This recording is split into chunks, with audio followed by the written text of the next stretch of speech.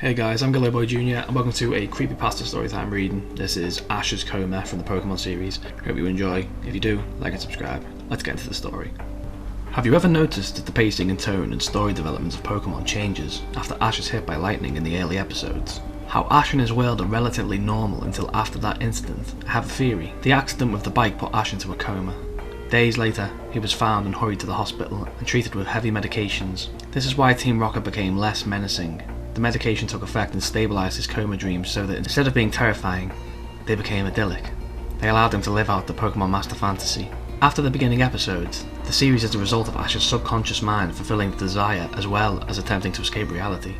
Should Ash realise that he is in a coma, he would wake up and suffer brain damage, so that he must take down all his mental barriers one by one. If he can do that, he can come to grips with who he is and escape his coma. Further evidence comes from the realisation that even though his journeys take him to vast distances, he never usually travels by bike due to having developed a phobia of them. The coma in fantasy explains why he never changes much, physically. It explains the worldwide socialism, as he thought up a safe system of government that would run smoothly and keep the world going, allowing his adventures to work as they do. It also explains how a child can go on his own in a world full of dangerous and untamed animals. In addition, it explains why the town has the same police officer and every Pokémon Center has the same nurse.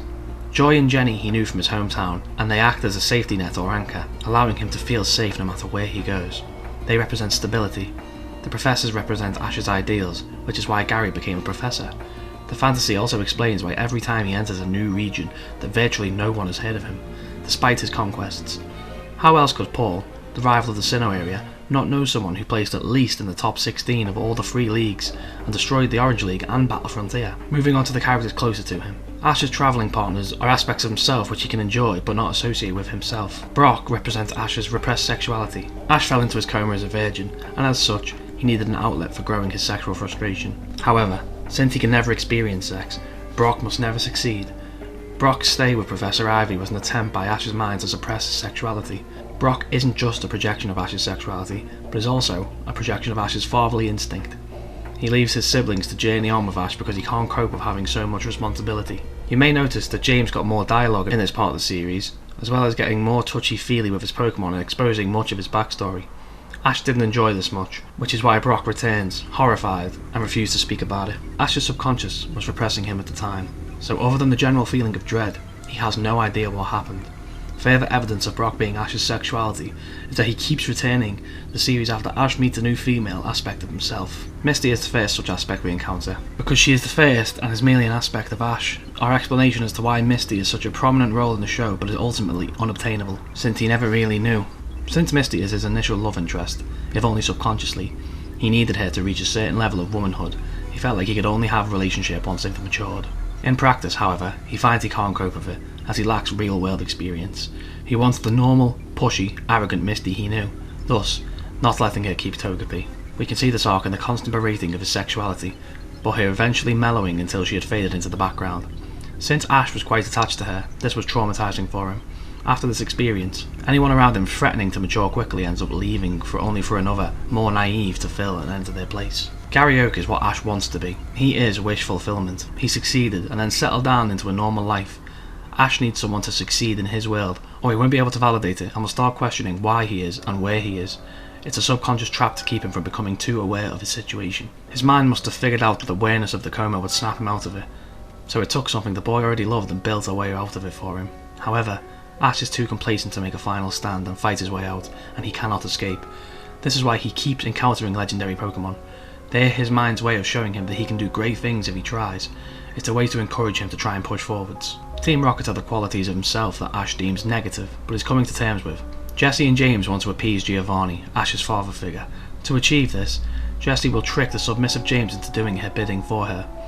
Meowth especially wants to appease him because he remembers the good times with Giovanni.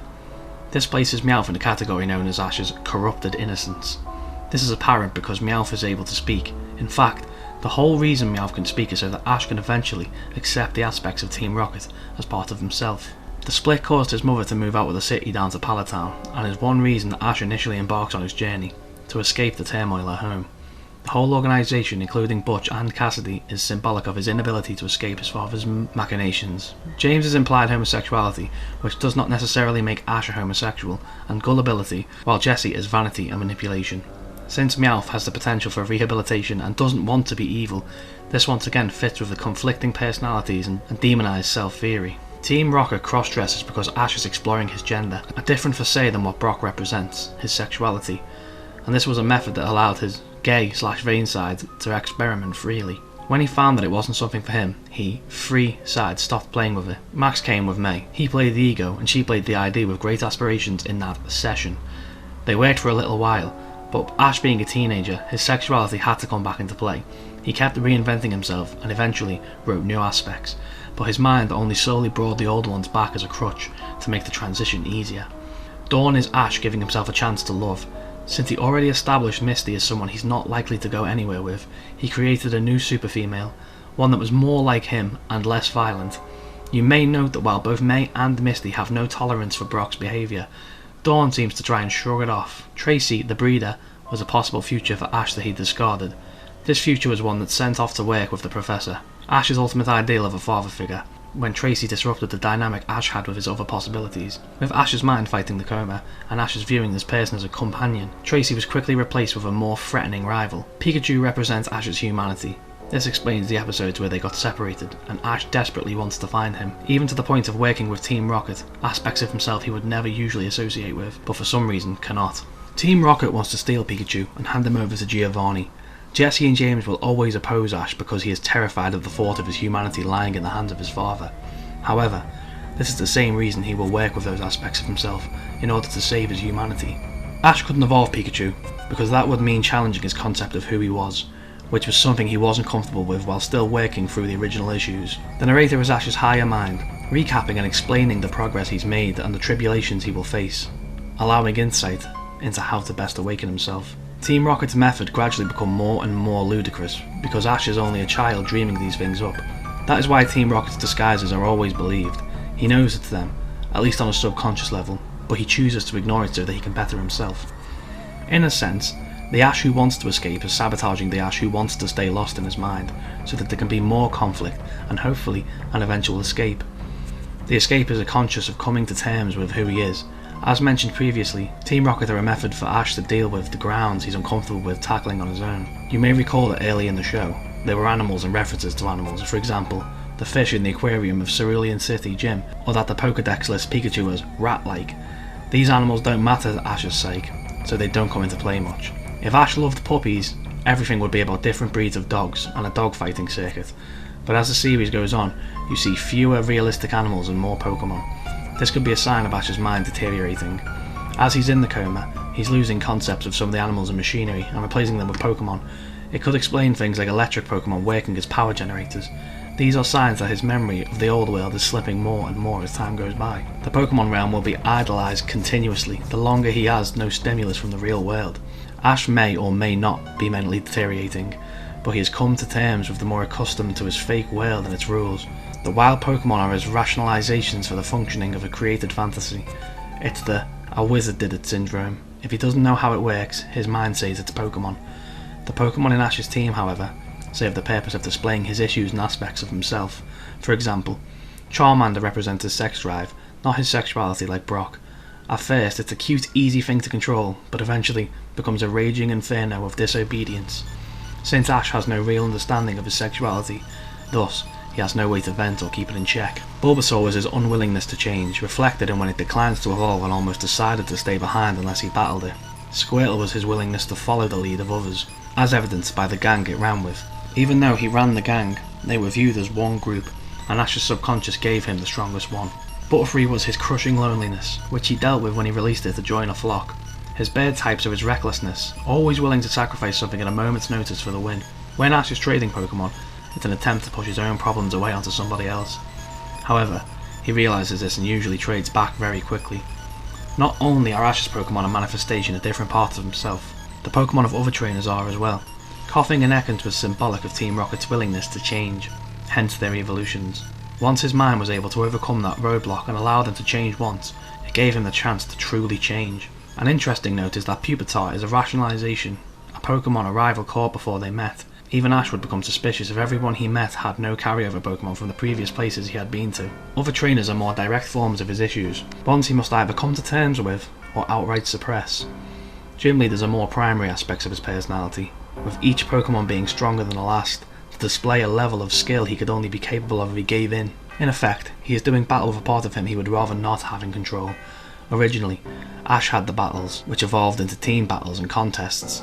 The explanation for this is that the issue became more and more complicated, and the means of dealing with them needed to become more complex. The fact that he uses issues he has already dominated to win is a sign that he's growing stronger. Ash releases his Pokemon because his mind is forcing him to let go of them. The second he raises an overpowered team, a tournament comes up, and after fighting his way through it, he has to go to a new land for new challenges. However, with an overpowered team, there won't be any challenge, or any way to motivate him further. The Ash that wants to stay in the coma and keep journeying hands his solved issues over to Professor Oak so that he can continue and overcome his unresolved ones. This is essentially his mind forcing him to deal with his other issues. Ash's rivals in the Elite Four are ultimately the strongest part of his cycle, having Pokemon that are essentially godlike.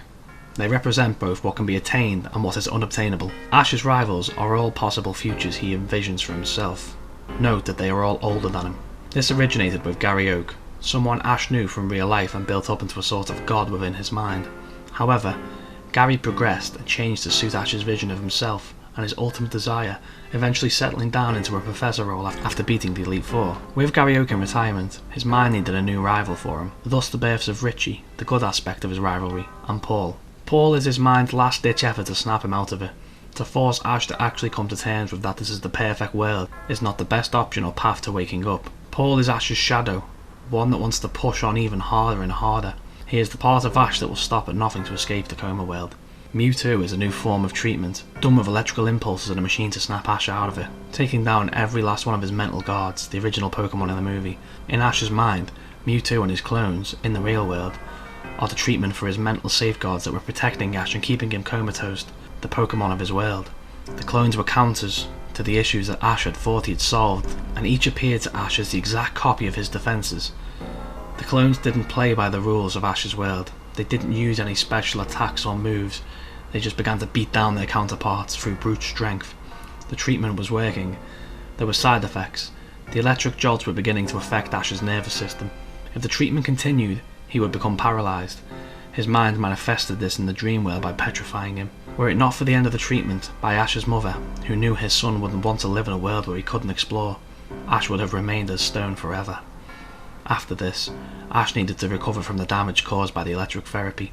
In order to reduce the danger Ash's consciousness felt from it, his subconscious began downplaying the effects in his world, which is why Pikachu's electric attacks, once noted for their strength by Team Rocket, no longer have any effect on Ash, other than comic relief. As we can see, Ash may as well have been trapped in this world forever. However, like every dream, like everything, there is a beginning and an end. What would happen if Ash never recovered? In his hospital room, we see Delia, obviously distraught. She's talking to a doctor with a grim look on his face. The man is saying that their insurance is up, and the boy had had no change in the brain activity in years. The shock of taking him off life support has a very small chance of awakening him. She tearfully agrees. Back in Ash's world, he had finally deleted the Elite Four, and one by one the people around him began to disappear. Eventually, everything is black. Pikachu comes dashing towards him, glowing brighter and brighter in the darkness. Eventually, he reaches Ash and the two embrace one last time. In the hospital room, his life signs are fading. Ash mutters his final words. I want to be the very best. He will die never having known his dream, except as naught but a dream. When he came back to reality, he knew it all for the lie it was, knew it as his imagination, knowing that all his efforts, his ambitions and his friends were nothing. He will let go. As he utters his final words, he barely opens his eyes and sees the silhouette of his mother, her face hidden by her hands wiping away tears. They make eye contact and one last final realization fills him before he loses all his strength. He sees that his mother was holding out hope that he'd recover all that time. He sees her and finds that her hope had been broken and she'd come to the realization that she'd outlived her only child. He dies knowing that he is loved, but that it means the one person closest and most real to him is utterly crushed. Still, there are other possibilities. The fountain of time flows in mysterious ways. One could not go back against the current, such as Gatsby. However, one could never see what is waiting for him downstream. Ash finally defeats Lance, only to be confronted by the not Gary Oak, but a mute mirror image of himself. The voice of the narrator speaks to him, telling him that now he can finally escape the prison of his own mind. One by one his friends appear and melt away into more copies of himself, cheering him on. After a long, tough battle against himself with the assistance of all his Pokémon that he had ever befriended, he jolts awake. In his hospital room he sees his parents asleep. He finds himself unable to talk. Ash pushes forward to his recovery. He goes through with physical therapy, training harder and harder with rehabilitative Pokémon until he can walk on his own again. This time, an older and wiser Ash sets out on a journey. Just like last time, he's getting to Professor Oak's laboratory, where there is only one Pokémon left. He suddenly recalls all his memories of his, quote, life, and realises that all his friends are gone forever. As he sets out with his new companion, he finds the world is darker than he imagined. More real Pokémon, and people die too. He, too, has aged. He vows to become the Pokémon Master he dreamed he was. He vows to himself, and he vows to, quote, them. I will be the very best. Right, that was it, guys. I hope you enjoyed. That was a good little story. Bit weird, the sexuality and things, but catch you guys later. I've been Gilloboijr Jr. There'll be a little playlist on screen, as there always is right now, for the Creepypasta story times. Have a good night or day whenever you watch it. Catch you later.